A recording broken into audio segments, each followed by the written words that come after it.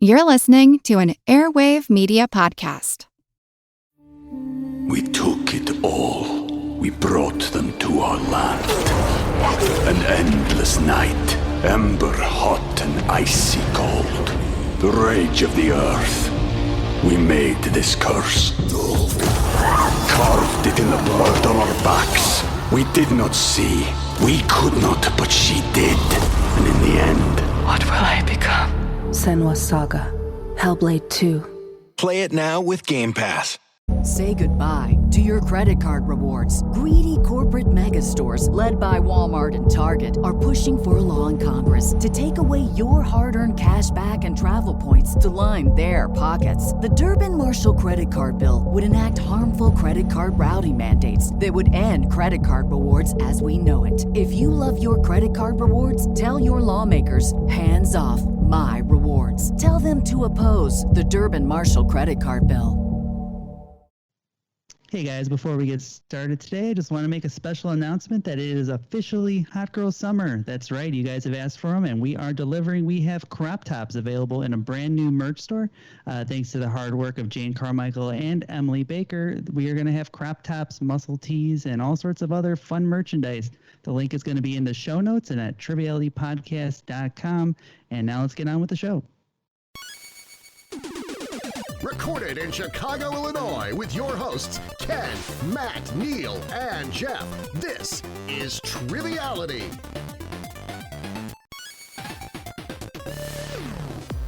Hello and welcome to Triviality, the game where a lack of seriousness meets a little bit of knowledge. My name is Neal, and I'm sitting next to you, Jeff. Very, very close. How are you doing today? Closer than usual. Maybe a little too close for comfort. I feel like we're in the scene from Superbad when Jonah Hill rolls over next to Michael Cera. Boop. You're right on top of me. Well, no better place to be, really. That's what they say.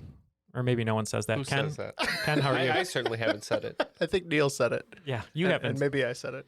Ken, you had a scary situation today where you were just thrown into work. We're all ready to go. Yeah, and then I had to run off, try to do a delivery, and then the delivery was canceled, so I was halfway there, and then I got back. Yeah. Big pain in the butt. And then you told your boss, like Michael Jordan in The Last Dance, you said, I took that personally. I said, I quit. Yeah. And then, No, I didn't quit. Threw your arms up. I can't quit yet. Well, I can't quit you either. Matt, how are you doing? I'm doing good. Not quitting my job either. So we're all not quitters is what it sounds like. Well, that's good, because I don't know if Matt knows this, but I've been secretly siphoning off his bank account to support my lifestyle. So yeah. Speaking of not quitting, you recently were preparing episode 211 for posting. And I was like, holy crap, this is well over a week of content. Pretty cool. Like, so if you started our podcast and you just let it play through, a week later, about maybe a little longer, still wouldn't be done. It would still be going. And if anybody wants to do that, we could use listen. So isn't that what the Bare Naked Lady song is about? Yeah, it's been. Yeah, and it's just about listening to our podcast for a week straight, even though it didn't exist when they wrote the song, but they knew what was going on. They knew. In fact, actually, every lyric in that song is referenced somewhere in a Triviality episode. So you just got to pay attention to those clues. So listen to If every you find episode them all, again. we will send you a t-shirt. Yeah. I think that's how it works. It's like Pokemon. You got to find them all. Somebody's about to be very disappointed. Yes. Well, we do have a special guest here who's going to be hosting today. It is a classic Triviality game just with us four. And we thought there could be no better way to celebrate that than by inviting a special guest into the studio through the internet over the airwaves. He's actually fighting crime in Chattanooga right now, but he's originally from Toronto. He's a Dutch enthusiast on Patreon, and we appreciate his support. And that is Ken Ludlow. How are you, Ken? I'm very well, guys. Thanks for having me. Of course. Thank you for joining us tonight. Why don't you tell us a little bit about yourself and maybe what got you into trivia? Sure. I'm a project manager. I live in Toronto, but I travel quite a bit for work. So as you mentioned, I'm in Chattanooga, Tennessee this week. So that keeps me pretty busy. I get into trivia a while back. Actually, when I was in Chicago, I kind of stumbled into a bar next to a hotel, and they happened to be hosting a trivia night there. So I kind of caught on out of the blue, and then kind of kept up to it. So I travel quite a bit all over the country, and whenever I do, I seek out different places that are holding a trivia night nearby, and I usually travel with some coworkers, and we'll grab a few of them and head out and make a night of it. So awesome. Been doing that quite a bit. Yeah. So he's not fighting crime, at least not on the books. Not on the books, right? I have never seen Ken and Batman in the same room, though. So that is correct, and I don't think Batman's or Banksy. Well, Batman's accountant never has receipts for any of the things he does because then he'd get taxed. And Ken, you said you got into trivia in Chicago, which is a nice connection to us over here. I'm just curious, the bar that you walked into, did you like walk in and there was a mustache man who just said, next category, Italian sausage and peppers? Like, it's a weird trivia game. Not quite, no. And honestly, if you asked me what bar it was, I'd have no idea. It was next to a Best Western, but I wouldn't even... Oh, that one. Yeah. Where it was. I'm sure. I know that bar. Yeah. The Best Western. Yeah. Ken watches all of the Bears games there. Just had an old style sign. That's it. It didn't even have a name. Those are the best bars. Yeah. Well, Ken is going to be hosting for us today. He put together a game, so we just have to figure out who's playing who. Ken, you said that you've been playing with Jeff a lot. Quite a bit recently, so I thought I'd take Neal today. And since there's two Kens, I thought today would be the Kenlander, because there can be only one. All right, so we'll be Kenlander, and I guess I'll be the Sean Connery. You'll be the Michael. I'm forgetting his last name. What? The actor from Highlander. Oh, that guy who played Raiden. Raiden. Forget him. Christopher. Christopher Lambert. Christopher Lambert. I don't know. I was thinking of Michael Lambert for some reason. Anyway, all right, we'll be Kenlander. Jeff, Ken. Matt. Ken, Matt. Jeff, Matt. Jeff, Matt. Take three. Ken, Jeff, Neal. Ken. Yeah, we're just saying a bunch of names. All right, Jeff and Matt. Yeah, we're going to be Christopher Lambert and Ernie. I don't know what we're talking about. Who are these people? So Christopher Lambert and Ernie versus Kenlander. And Ken, our host, any preference on the rules read? Oh, I think we'll get the rules guide, but see if you can do it in Canadian for me. The rules of the game are simple. 20 questions split into 2 rounds worth 10 points apiece. At halftime, there'll be a special swing round designed by this week's host. After regulation, players will enter the final round with the points that they've accumulated and will have a chance to wager 0 to 30 points on 5 categorized questions. At the end of the game, someone will be named the cream of the crop. I am the cream of the crop, and don't forget it, Dutch boy. That's a skill. A little bit of French in there, a little bit of apology. All right, well, without further ado, why don't we jump on into this game? All right, guys, round 1, question 1. In Dr. Seuss's holiday classic, How the Grinch Stole Christmas, for how many years, plus or minus 2, has the Grinch had to put up with all that noise that the Who's make while celebrating Christmas? So my only plan of attack on this one, Neal, is to figure out if it rhymes with something, which I don't know. Do you know? I don't know. What was the quote from the book you said, Ken? 60... I don't know about 60. 3. All right. Well, maybe like. How do you know? Do you know how Grinch's age? I would say he's definitely middle aged. He's an adult. He's sort of the demographic let's say that 33. Okay, that's fine. 33. Because I don't know. All right. I don't know offhand. I was thinking 30-ish years, but I mean, what are your thoughts on this? I think it's at least 40. 40? I think he's been pretty pissed for a long time. Okay. You want to go like 40? 42? Yeah. This is 42. 42 it is. I have on good authority it only takes 33 years to get that Grinchy. But Ken, what's the answer? The answer is 53. Wow. For 53 years he's put up with it now. I had that 3 in my head. Yeah, I guess I was thinking of the Jim Carrey movie where he's younger, but in the cartoon he's like an old man. He's a Grinch. Yeah. You don't know how Grinches age. That's true. That's a good point. Yoda is 400. You wouldn't have guessed that, probably. Well, he's got a great... Baby Yoda is 50. Yeah, we don't know anything about their physiology because apparently hypertrophic cardiomyopathy doesn't immediately kill them. So there you go. My God. They just have good makeup. That's all. All right. Question 2. The title of which musical, which opened on Broadway in 2017, refers to a term used by natives of the Canadian province of Newfoundland to refer to visitors from outside the island? Yeah, I got it. Oh. 2017 Broadway's Did you see any of them? No, the only show I you saw missed them? 2016 was Hamilton, and I never saw that on Okay. Broadway. I didn't have the privilege of flying to New York and getting a ticket. I believe I had to give mine up for the Obamas. So They had it in Chicago. yeah, they did have it in Chicago, but I never made it around to that. Once for again, whatever though, reason. it was all Chicago accents.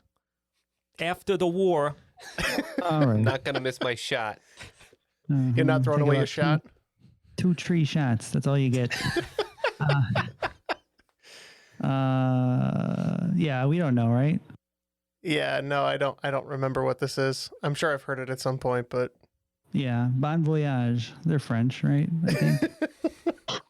yeah, this musical has a really pretty score. We went with "Come From Away." And the answer is Come From Away. I actually I grew up in Newfoundland, and I was born in Gander, Newfoundland, where the musical was set. Oh, that's So really it was cool. a story of just after September 11th, 2001, when all the planes were grounded. that's There right. was 38 planes that were stuck there for like 5 days or something. So there's a town of 11,000 people, and there was 7,000 stranded passengers. Wow. I'll have to check that one out. Mhm. Pretty cool. All right, number 3. What is the largest body of water in the British Isles by volume? It has more water than all the lakes in England and Wales combined. All right. We have kind of a weird idea, so we're gonna go ahead and lock in here. They have weird ideas. Do you have any ideas? Yeah, when I think about in the British Isles, I don't know if the surrounding waters count. I mean, if they don't, and we're looking something in the British Isles, he didn't say anything about Scotland, I don't think. So I think of Loch Ness as possibly a really deep lake. Maybe it contains a lot of water that way. Oh yeah. Mm. Welcome to Loch Ness. This is what made me think of. Sorry. Okay. I don't know how you feel Uh, about that answer, but I love Loch Ness. I think let's go for it. Old Okay. Nessie. perfect. We will lock in Loch Ness. Yeah, I figured it got to be pretty big to contain that monster. So, it barely comes out to surface, so it's got to be hiding somewhere in there. So, Loch Ness. Loch Ness is correct. Yeah. Did you see the scientific sort of videos they've been releasing lately, talking about how the Loch Ness monster was probably thought to have existed, where it's whales? What do you want to call it? Their members coming up out of the water, and the way that it curves, it looks like the head of the Loch Ness monster. I always do that when I'm in the pool. You do the old The old periscope. the whale move. Yeah, periscope yeah. move. Yeah. How's that work out for you? So far, not so good. Yeah, he's Been gotten thrown arrested out a of a couple times, lot of yeah. pools. That's probably why that you're not allowed at the Best Western that Ken went to go to trivia for. Yeah, right. Yeah. All right. Question 4. What C word is a term used for animals or creatures such as the Loch Ness Monster that some people believe to be real, but scientific evidence of their existence has yet to be found? Merriam-Webster notes that the term was first used in 1983. For the Mothman, I think. Oh, do you know this? I do know this. Nice. One of my favorite genres of things. I will let you lock in. So, conspiracy, creature. I'm sure this is going to pop out. Just like a whale and No more of this. Gun in a pool. No, I'm sure it's going to pop out once we hear it. But let's just say conspiracy. I like that. When you watch a lot of YouTube videos on nonsense like Bigfoot, Yeti, and the Jersey Devil, most of them have cryptid in the title. So I believe these are cryptids. Yeah. Well, that's right, cryptid. You can go to a website, Crypt Wiki page that has a whole list of crazy things that apparently people seem to think may exist, like a rhinoceros dolphin or a bat squatch, whatever that might be. So some of you guys may know that I used to work at a zoo in a very small capacity, but I was manning the phones for the whole zoo one time, and somebody called in and said, "Hey, I got a question for you guys about an animal that I saw, but it's a little funny." I go, "Well, what kind of animal?" He's like, "It was like a big dog, but it didn't have any hair, and it had like a big head." I was like, "Sir, are you describing the chupacabra?" And he said, "Yeah, I didn't want to say it, but yeah, I saw the chupacabra." It's like, I got nothing, man. I got nothing. True story. Was it you, Jeff? Neal, you weren't supposed to tell him. All right. Question 5 is somewhat of a listener supplied question. This one comes from my daughter, who is almost 10 years old. What paradoxically named animal is the largest fish in the sea? Oh, I know, Matt. Okay. Okay. So if we're talking about a paradox, it's probably not named like it's a fish. But sharks are fish, and whale shark might be the way to go here because whales are not fish. Oh, right. So But whale sharks are. whale sharks are. Okay. I mean, I guess that is a paradox, yeah. So we'll say the whale shark. I've always wanted to go swimming with them. I believe this is the whale shark. The whale shark is correct. My daughter fancies herself an animal expert. So, What's your daughter's name? Great. Olivia. Thank you, Olivia, for that wonderful question. And it brings us to our first score update. Looks like both teams are at 30 points. Moving on to question 6. What video game character was introduced in 1985 and has been included in many lists ranking the greatest video game villains of all time? A recent Netflix series had made some changes to the backstory, however, making the character a hero. Yeah, this is really tough. I'm trying to think of 85 villains. All I think of is like Donkey Kong, the Ghost from Pac-Man, Bowser. All right. We are really stuck on this. Do you want to say Donkey Kong, even though I don't think there's a Netflix series? Sure. Yeah, we'll just say Donkey Kong. So Jeff, I'm pretty sure that there is a Castlevania anime. I don't know if the villain there is Alucard, and I think he might be on that list. Do you think that might be something? Alucard is the name of a vampire, but I think he's the villain in Castlevania. Yeah, I'm happy with that. Okay, locked in Alucard. How dumb can I be? I think it's probably Dracula, but The answer I was going for actually is Carmen Sandiego. Oh. Forgot about that one. Man. Netflix series is actually really good. I've been watching that with my daughter. So, as well. so that character came from a video game first. It came from a video game first. Yeah. Oh, I had no idea. I never knew that. a I computer didn't know game she was probably. a villain.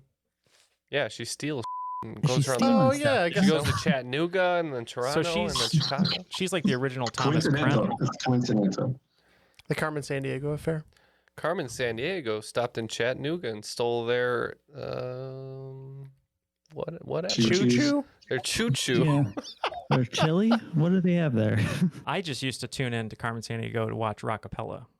Rockapella. Classic. Yeah, I saw them live once at Shuba's Tavern. I believe that 100%. Yeah, I was so close to them. I was getting the spit from the beatboxer on my face.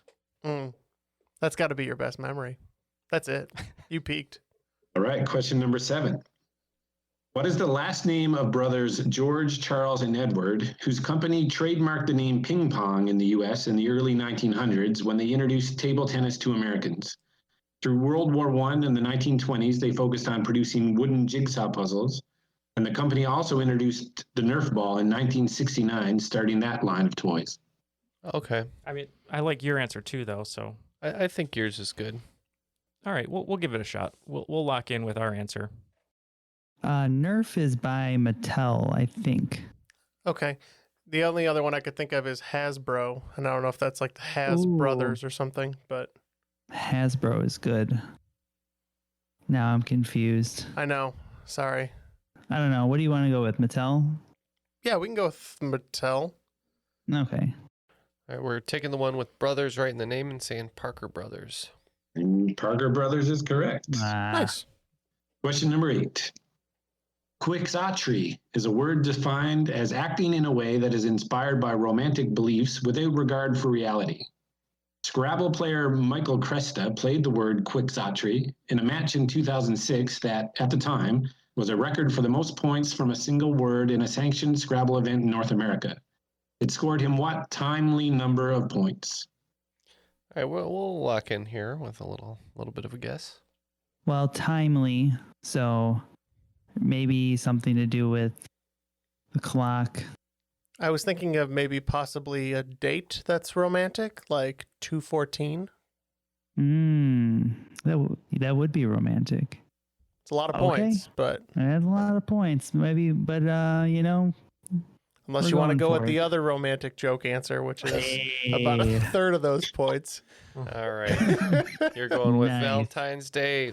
We just thought it was timely because it was the same amount of points as the year it was in. So we said 2006 points, which is a lot of points. You'd have to hit at least 3 triple word scores for that. But The answer to that one is 365. So right in the middle of our two guesses. Right in the middle. Yeah, That's right right. in the middle. Question number 9. The skull is made up of 2 parts, the cranium and the facial bones. How many bones make up the skull, plus or minus 1? Note, I'm not including the hyoid bone or the ear bones in my count. Thank God. So the skull bone's connected to the jawbone. Mm-hmm. Okay. All right, we'll go with your answer. Now, Yeah. there's a lot of bones in the eyes region, isn't there? There's the orbital bone and The a whole bunch of other. occipital bone or something. Yeah. Yeah, so I think there's at least like 9 or 10, right? Want to make it a nice round number? Isn't 10 a nice round number? That's what I was saying. Would you want to make it that as opposed to 9? You know, we could say 10. I would like to make it that. We'll say 10. We're saying 6 just on a whim. The answer is actually 22. Wow. So there are Nice 8 round cranial number. bones and 14 facial bones. Nice Well, us round Neanderthals only have about 10 or 11, I think. Is how it works. Question number 10. Baseball player Neal Walker played for the Pittsburgh Pirates from 2009 to 2015. His father, Tom Walker, also played in the major leagues as a pitcher. On December 31st, 1972, Tom was luckily persuaded not to board a plane that crashed just after takeoff and took the life of what other Pittsburgh Pirates legend? R.I.P. We can lock in. Yes, I figured as much. It's got to be Roberto Clemente, I would think, because he's the only Pirates legend I can even think of. And I can really only name one. Dude, I have no idea here. He's the most famous pirate. It's not the guy other than that Blackbeard. he already said in the question, right? No, the guy he said in the question I've never even heard of. But his dad? But his dad, Roberto Clemente, was huge in the 60s. He's the best Pittsburgh Pirate of all time. And I think he died early. So All right. No, let's do it then. Okay, we're going to lock in with Roberto Clemente. Most famous pirate besides Blackbeard. Well, the reason I'm saying that is because in Chicago we have a high school named after Roberto Clemente, so he must have been famous enough to get a random high school in Chicago named after him. Okay. Yeah, and Neal Walker spells his name correctly with the Niel. I'm pretty sure they're correct. It's Roberto Clemente. That's right. It's Roberto Clemente. After the first round, it looks like Team Kenlander and Team Christopher Lambert, and I forget what else your name said. And Ernie. Bert and Ernie. Oh, and Ernie. Oh, that's right, Sesame Street. We're all tied at 50. So pretty even game here. You got us playing, Ken. So what do you have in store for the swing round? For the swing round, I have a list of movies, TV shows, and a couple other different things. I'm going to list the movie or the show, and I want you to let me know what person narrated it. Sounds good. The real life person. I'm not looking for a character or anything, but the actor or whatever the case may be. Number 1, movie Stand By Me from 1986. Number 2, the movie The Royal Tannenbaums from 2001. Number 3, the TV show The Wonder Years from 1988 to 1993. Number 4, the TV show Arrested Development from 2003 to 2019. Number 5, the TV show Thomas the Tank Engine. So I'm talking about the US version from 1984 to 1995. Number 6, the movie Winnie the Pooh, the 2011 animated version. Number 7, the documentary March of the Penguins from 2005. Number 8, the audiobook version of Heartburn, the debut novel by director Nora Ephron. The novel was published in 1983. Number 9, the audiobook version of the novel Ready Player One by Ernest Cline. The novel was published in 2011. And number 10, the movie Apocalypse Now in 1979. All right. We have these questions, so we'll consider these and we'll be right back. We took it all. we brought them to our land. An endless night, ember hot and icy cold. The rage of the earth. We made this curse. Carved it in the blood on our backs. We did not see. We could not, but she did. And in the end... What will I become? Senua's Saga. Hellblade 2. Play it now with Game Pass. Say goodbye to your credit card rewards. Greedy corporate mega stores, led by Walmart and Target, are pushing for a law in Congress to take away your hard-earned cash back and travel points to line their pockets. The Durbin-Marshall credit card bill would enact harmful credit card routing mandates that would end credit card rewards as we know it. If you love your credit card rewards, tell your lawmakers, hands off my rewards. Tell them to oppose the Durbin-Marshall credit card bill. All of the answers are now locked in, and we wanted to take a quick moment to thank Ken once again for being a Patreon supporter. Oh, you're welcome. Oh, not me. No, not the other Ken. Oh, right. Our Chattanooga/Toronto. Thank Ken. me for nothing. Yeah, thank you for nothing. Thank Ken for everything. Okay.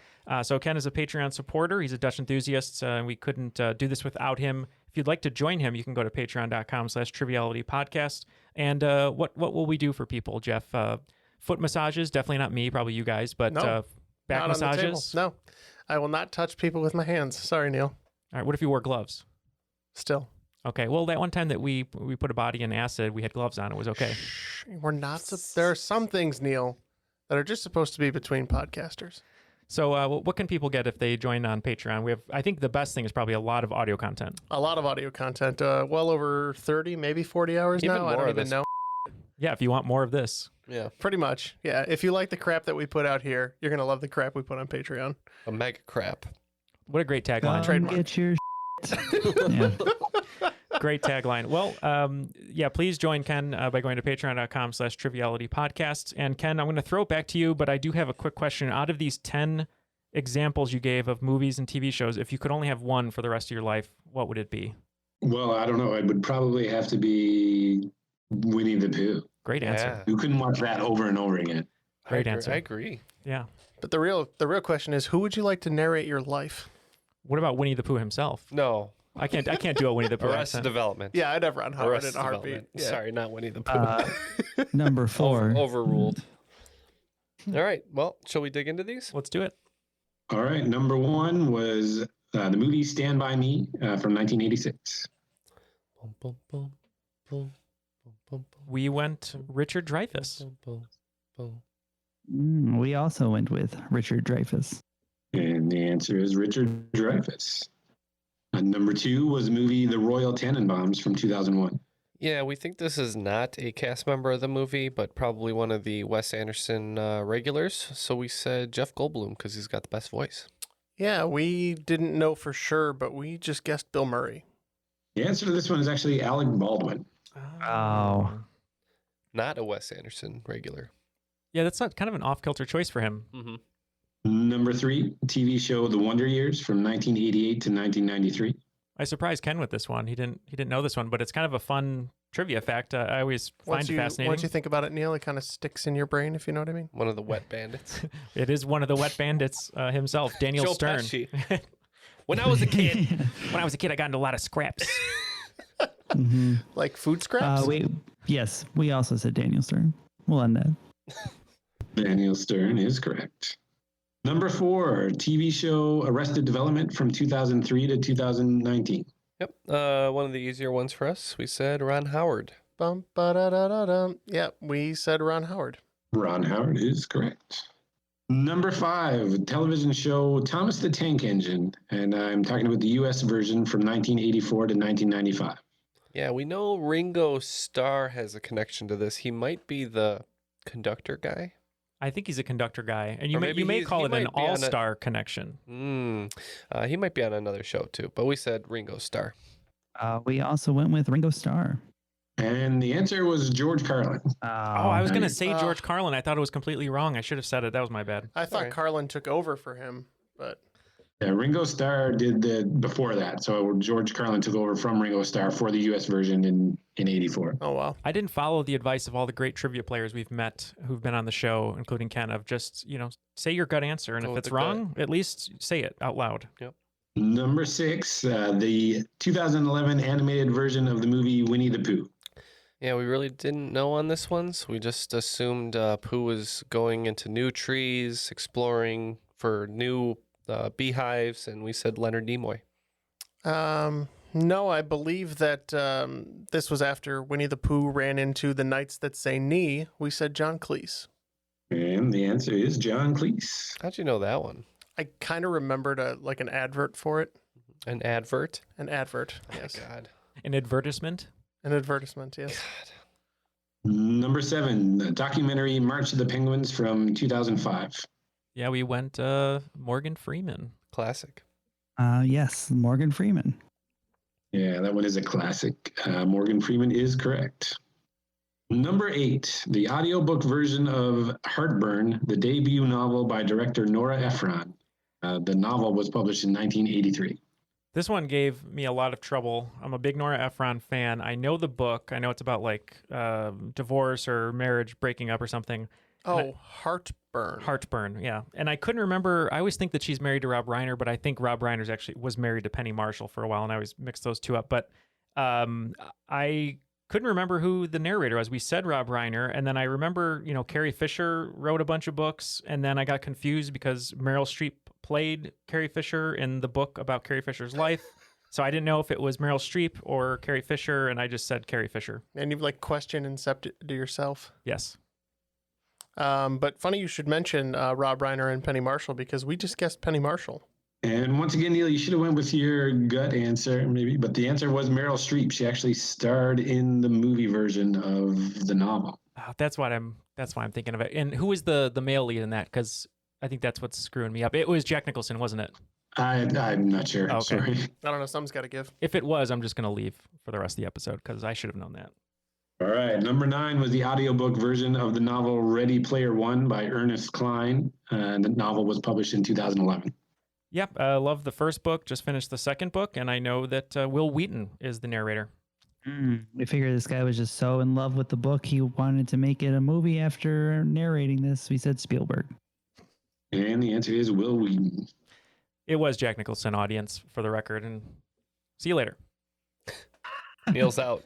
And the last one, number 10, the movie Apocalypse Now from 1979. I know Martin Sheen was the star of this, and I think it was narrated from his perspective, so we just said Martin Sheen. Yeah, I think this one's pretty obscure, but we just guessed Orson Welles. So the movie was, the narrator was from the perspective of Martin Sheen's character. However, apparently, at the time they went to record the voiceover, there was some issue between him and Francis Ford Coppola, so they got Martin Sheen's brother, Joe Estevez, to do the narration for that. Wow. Great fact. Looks like both teams are going to be picking up 25 points, which means, kids, the score isn't changed, except it's gone up, but it's the same. So it's 75-75. So the margin hasn't changed.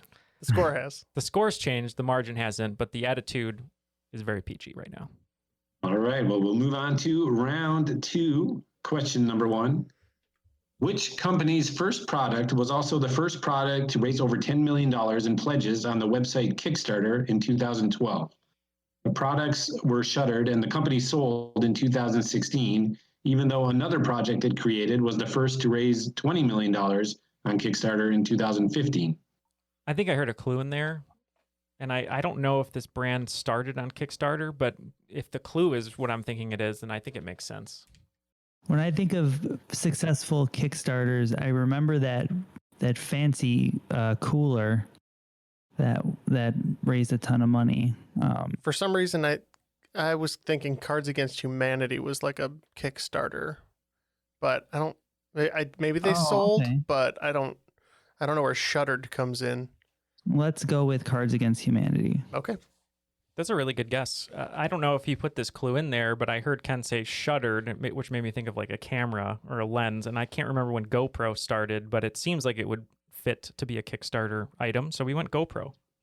All right. I didn't intend to put a clue in that question. The answer is Pebble, the Pebble technology company, makers of the smartwatch. Like the Fitbits, sort of. The company sold to Fitbit. Yeah. Okay. Yeah, I remember them. All right. Question number 2. The city of Glasgow is in Scotland. The town of New Glasgow is in what Canadian province? I had to make sure to put some CanCon in it. Canadian content. All right, we will go ahead and lock in. What's your favorite province, Jeff? Well, I spent a lot of time in Ontario, so Mm-hmm. it's pretty great. Although, having been in Alberta and BC, I could also say that those are quite lovely. But I mean, BC's British Columbia, so having a town like New Glasgow seems It's out. kind of weird. And you wouldn't want to put it on Prince Edward Island, right? Because wasn't Right. or was Edward a king Ooh. that was also in Scotland? I don't know. For some reason, I was drawn to the east, like Newfoundland or Nova Scotia or I kind of like Nova Scotia. Nova Scotia, Sounds- maybe like New Scotland. That could Nova Scotia. I don't know. Maybe it's like a Latinization of New Scotland. I mean, it's probably not, but I think we can go with it anyway. Well, I think we've convinced ourselves. Nova Scotia, we're locking in with. That's some really good reasoning. I didn't even think about that. If it's right. No, it's not. You always say that, but it never is. I couldn't remember all the provinces. I was just thinking Ken had mentioned that he was originally from Newfoundland, and I just don't know what province it's in. I'm assuming it's Ontario, maybe, because he's in Toronto now. I don't know, but It's also, I think, the highest populated province. So Is it? Okay. Not a bad guess. We just thought maybe it was near Newfoundland, because Newfoundland to me sounds like it could be Scottish possibly. So we went with Ontario. Well, if Glasgow is in Scotland, it would make sense for New Glasgow to be in New Scotland, and Nova Scotia is Latin for New Scotland. Oh, wow. Question 3. What is the scholarly nickname of the punctuation mark that typically gets added immediately after the second last item in a list containing 3 or more, and before the coordinating conjunction, typically and or? Though there is some debate amongst writers and editors on whether it is needed, proponents assert that it helps avoid ambiguity. I can lock in, Matt. I'm a huge proponent of this. And I've talked about it on a Patreon bonus. You can get it at patreon.com/Triviality podcast. If you want to hear all about the Oxford comma. Yes, and how I believe that the Oxford comma is the way to go. I think so too. All right, the answer is Oxford comma. I also am a proponent of the Oxford comma. Fine quality gentleman indeed. Question number 4. With over 2.6 million TV homes in its greater metropolitan area, which major American television market is the largest that does not have a team in each of the 4 major American sports leagues? It was ranked 7th on Nielsen's 2021 list of the largest U.S. designated market areas, up from 10th the year before. And for 5 bonus points, what market is ranked 69th and is the smallest designated market area to have 1 team in any of the 4 major U.S. sports leagues? We can discuss, Matt, but I think we both know both, would be my guess. All right, Ken and I had a discussion, and we feel pretty good about our answers, so we're going to lock in. Okay, so we both think that it's probably Columbus is the smallest, right? Yeah, I'm pretty sure Columbus, having only the hockey team, is going to be 69th. Yeah. So for largest, we're kind of discussing. I think it's Houston. I know you said Houston's the 4th largest city, right? But by TV market, because of if it's in the suburbs or depending on where it is, it might. Yeah, you could have I could see DC with Baltimore and DC and a couple other surrounding areas maybe having a larger market. I could see that. I will be swayed. So we can go with Houston and Columbus. We too said Houston, but I'm pretty sure Columbus is deceptively big, and we said Winnipeg. All right. Well, I specifically mentioned U.S. markets U.S. because if we were counting North America, then Toronto would actually be the answer because Toronto doesn't have an NFL team. Okay. And the television market in Toronto is massive. It's just as big as Chicago. Fair enough. The answer I was looking for is Atlanta. So you guys said Houston. I wrote this question before the 2021 list came out, and the answer was actually Houston at that point. And I thought maybe it would be too easy. But apparently Atlanta moved ahead of it up to 7th. Houston is ranked 8th. Okay. And for the bonus, the smallest market to have a team in a U.S. Sports league is Green Bay, Wisconsin. Oh yeah, that's dumb. That makes sense. And Columbus is deceptively big, as you mentioned. I'm just looking at my list now. It is 33rd. Question number 5 is another listener-supplied question, again supplied by my daughter. So it's again about animals. Perfect. What word do you get when you combine a word for a group of dolphins with a word for a group of falcons? It is something that should be familiar to this group. All right, we'll lock in. What's a group of dolphins? Are they a school? No, right? No, I think school is reserved for fish.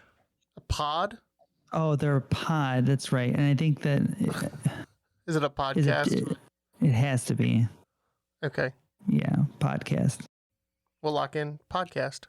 Yeah, we knew the pod part. Don't know about the cast part, but together, podcast makes sense. That's right. It's a podcast. I love it. Thanks fun. again. That's a fun question. Olivia, thank you. After 5 questions in the second round, it looks like there is a new leader. Team Kenlander is at 95 points, but slightly in the lead. Team Christopher Lambert and Ernie with 105. Question number 6. In 2007, Mongolia released a coin worth 500 Mongolian Togrog, which had the image of what famous American on it? It included a button that, when pressed, played a short clip from a famous speech that he made in 1963. I have no idea. You just want to say Kennedy? Would he have been dead by then? It's on the cusp. I was I'm thinking pretty either... sure he was assassinated. You said 73 or 63? Sorry. 63. I think he was assassinated in 63, so... Is it it's on either... the cusp. I was thinking either Kennedy or MLK. Let's go with MLK. Okay. So MLK does jump out at you because that's around, but I don't see the Mongolian connection. I mean, I don't see a Mongolian connection anywhere. I'm looking right now. Because if, the March on Washington, if that was 63, I Have a Dream is a pretty famous speech. Martin Luther King seems like a safe answer. Okay, we will say Martin Luther King Jr. And the answer is John F. Kennedy. Oh. Ich bin ein Berliner? That's a shame. Question number 7. According to NFL rules, players wearing numbers 10 to 19 are eligible to play for what 4 positions during a regular season game without having to report a temporary position change to the referees? They just changed this too. Is this current rule, like going into the next season? No, I wasn't necessarily going for that. Okay. All right, we can lock in over here. I believe it's punters, kickers, quarterbacks, and wide receivers for now. And I think next year they opened that up to running backs too. And running backs used to have to be between 20 and 40. Okay. But I think it's possible they opened that up. And safeties, because I know Eddie Jackson's changing his number 2. But I think for the purpose of this question, it's quarterbacks, running backs, punter, and kicker. Okay, we'll lock it in. We had the same reasoning. We could think of people at all those positions, and it made sense. So we went wide receiver, quarterback, punter, and place kicker or kicker. That's correct. I'd heard they were changing some of the rules. I knew they were opening. I thought they were opening wide receivers up to be able to do 1 to 9 or single digit numbers. I hadn't heard the rest. Yeah, it's anything goes now. So. Yeah, I know Eddie Jackson. He's going to be doing his Number Alabama 4. number. Yeah, number 4. Yeah. Question number 8. Though now somewhat antiquated due to the rise of digital music, the terms LP and EP are still commonly used when referring to albums. What do LP and EP stand for? All right, we will go ahead and lock in here. So the EP, I believe, is extended play. And I think L is long play. Does that make sense? You're saying one's extended and one is long? Yeah. I am almost 100% that LP it stands for long play. Okay. EP, I'm less sure, but I believe I've heard it as extended play. Okay. I don't know. I mean, I was going the other way, thinking about records and saying like a limited pressing or something like that. But I'm inclined to follow you on this one, Matt. Okay. All right, I was more sure about the extended play, and you said long play too. Yeah, the reason I know that is because on Boston's B-side of 4-Play Long Time, it's actually called Long Play 4 Time. So that's where I got that from. So Is it in 4 time? It is in 4-4 time. There you go. The answer is long play and extended play. Interestingly, the extended play is actually shorter than the long play. So it's all based on an SP, which is a single play. And then, so an extended play is a single that's a little bit longer, and then a long play is a full-length album.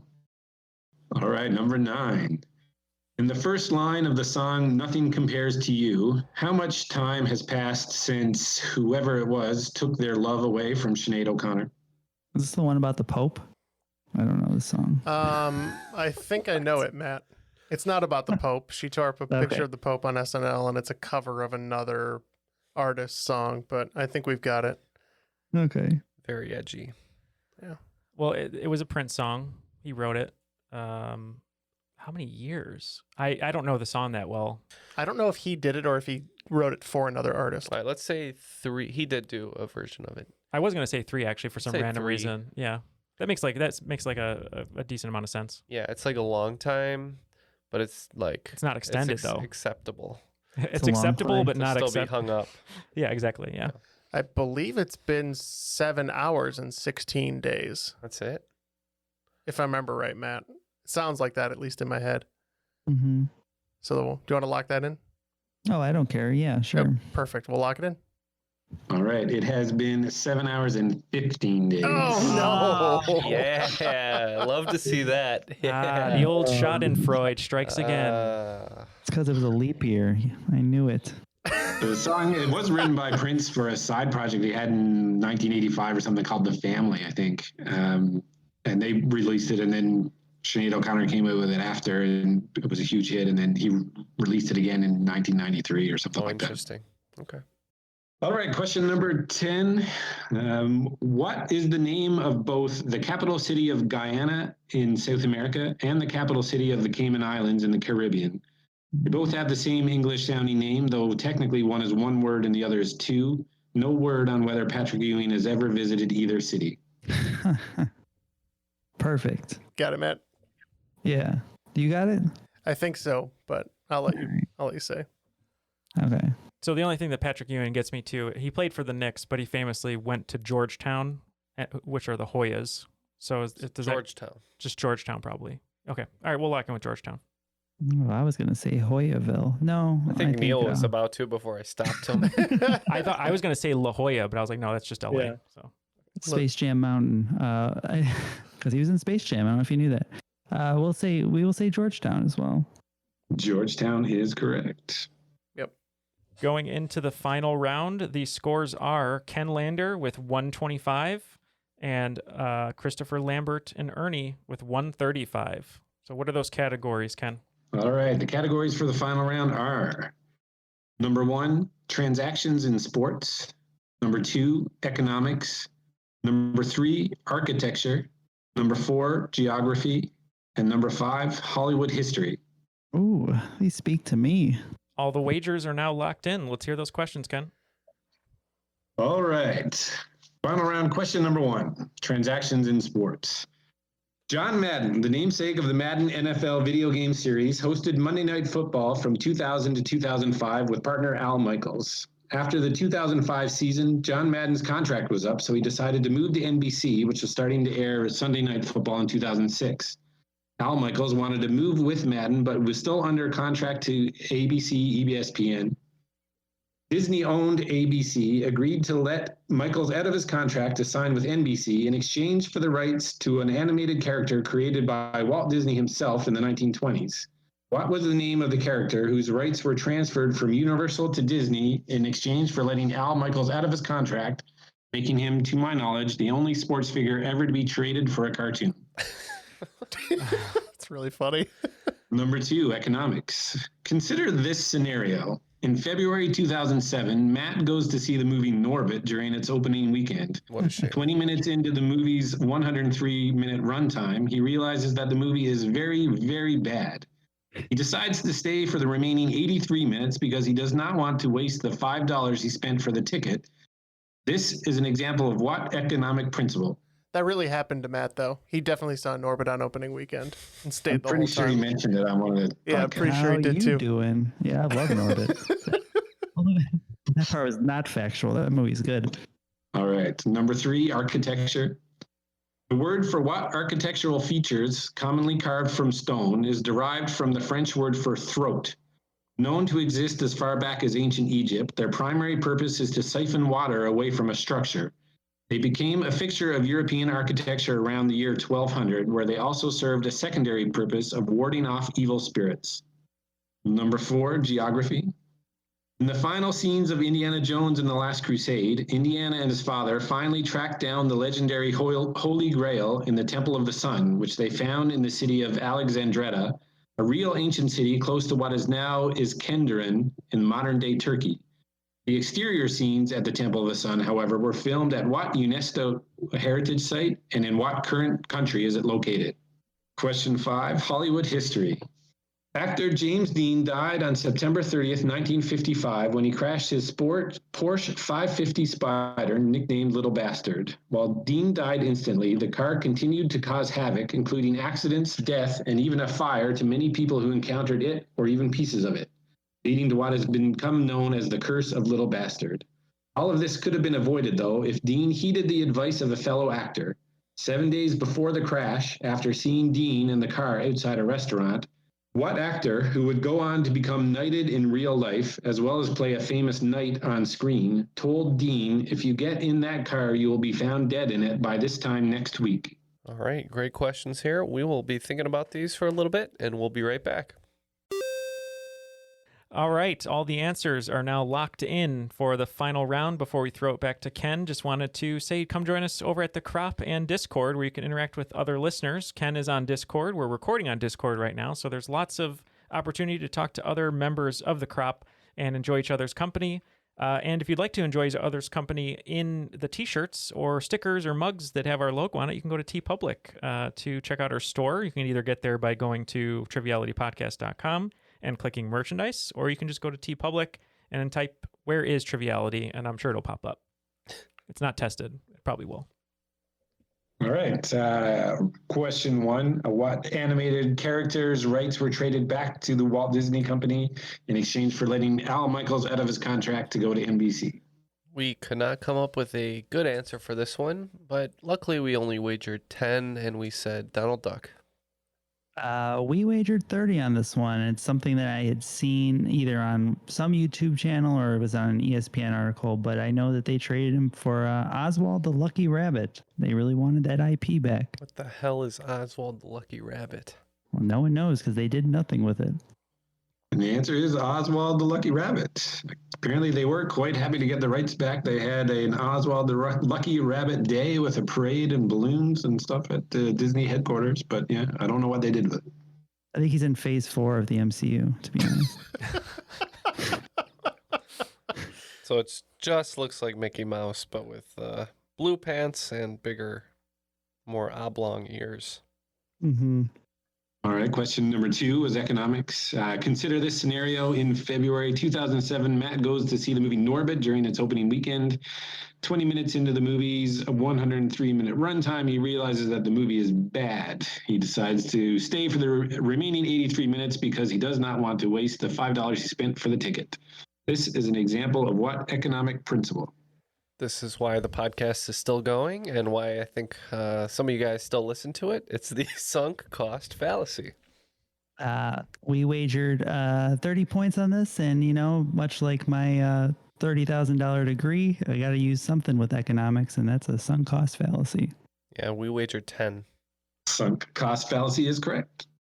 Question 3 was in architecture. The word for what architectural features, commonly carved from stone, is derived from the French word for throat. Known to exist as far back as ancient Egypt, their primary purpose is to siphon water away from a structure. They became a fixture of European architecture around the year 1200, where they also served a secondary purpose of warding off evil spirits. Is gutter French? Gautier? Gautier, yeah. Yeah, for real? Yeah. It's where I lie. That's what we're saying. All right, we'll say For gutter. 10 points. I think you're not too far off. We wagered 30 on this one. What's something you often do with a sore throat, Neal? Maybe gargle? Losange. I believe this is the gargoyle. Oh. Yes, the gargoyle is correct. They had gargoyles in Egypt? Yeah, they look different though. Those things that you were talking about that I said, oh, you're barking up the wrong tree, Neal. I thought I was on the right track. I just didn't know what they were called. I was thinking about the large guards, like the cat guards or whatever they are, the foxes. Why are people always saying that you're barking up the wrong tree? No one ever says you're barking up the right tree. If you bark at me, Jeff, I'll say it's the right tree. I don't even know what that means. Question 4 is in geography. The exterior scenes from the end of Indiana Jones and the Last Crusade were filmed at what UNESCO heritage site, and in what current country is it located? Yeah, I believe that is Petra, Jordan, and the inside doesn't have the magic traps, and I was disappointed. Yeah. We also said Petra, which I think is in Amman, Jordan, but we said Petra, Jordan. Petra in Jordan is correct. And we wagered 10 on that one. We wagered 30. All right. And the last one, what actor saw James Dean outside a restaurant with his car and warned him that if he got in that car, he would be found dead in it by this time next week? And then he was. Now, do we think this actor actually pulled the Jedi mind trick on him and killed him? I think what happened is they were at a cafe. He said, if you get in that car, you'll be dead next week. You'll get in the car and be dead next week. And then he was wearing a robe, and then it just disintegrated, and it just fell to the ground. So we Ewan went McGregor. Ewan McGregor, right. We went for 30 points. We said Sir Alec Guinness. Great. These aren't the breaks you're looking for. We also went with Alec Guinness. Only the best taste right. here at Triviality. Highbrow entertainment. That's right. The answer is Alec Guinness. So when you said he played a knight, you meant a Jedi Knight. That's right. Tricky. After the final round, it looks like Team Kenlander just couldn't make up any ground. We ended with 155 points. But today's cream of the crop are Christopher Lambert and Ernie with 270 points. Congratulations. I'm talking all the way to the top. Yeah. I believe we've been beheaded. Yeah, we are beheaded. Does that happen in Highlander? I've never seen it. Yes. Yeah. We've been beheaded. Does that make me the only one? I believe it does. Yes. No, it You are does. the Ken. Yeah, that's true. You are the one and true Ken. Yeah. I will see myself out. So we all bid adieu to Ken. Cue Green Day song. Goodbye, folks. A great game, Ken. That was a lot of fun because we were neck and neck the entire time until the final, basically. So wonderful questions. Some really cool facts that I never knew, like the rabbit, and there's a couple other ones that were pretty fascinating. But thank you for writing the game today and also for including Olivia's questions as well. Well, thanks for having me. I had a fantastic time putting it together, and this was really fun. So this is probably the closest I'm going to get to replacing Alex Trebek on Jeopardy. Well, you're welcome back anytime, and we certainly won't be, giving an invitation to Aaron Rodgers to come on, so you can take his place at any time that you would like. I think he should be a guest host on Jeopardy, quite frankly. Ken, yeah, I think so too. Aaron I think Rodgers? no, get rid of Aaron Rodgers. He doesn't need anything else. He can just sit on his money or something. But yeah, Ken should go on Jeopardy and host for sure. We'll start a petition. It worked for LeVar Burton. That's true. Yeah, everyone in the crop, get Ken on Jeopardy. Thank you, Ken. Thank you, Olivia, for your questions. Thank you to everyone who supports us on Patreon, including Ken. You can join them at patreon.com/Triviality Podcast. For Ken, Jeff, Matt, Ken, my name is Neal, and that was Triviality.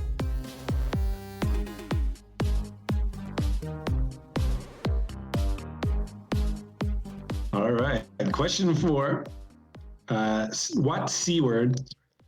How what C dare word is... you, sir? All right.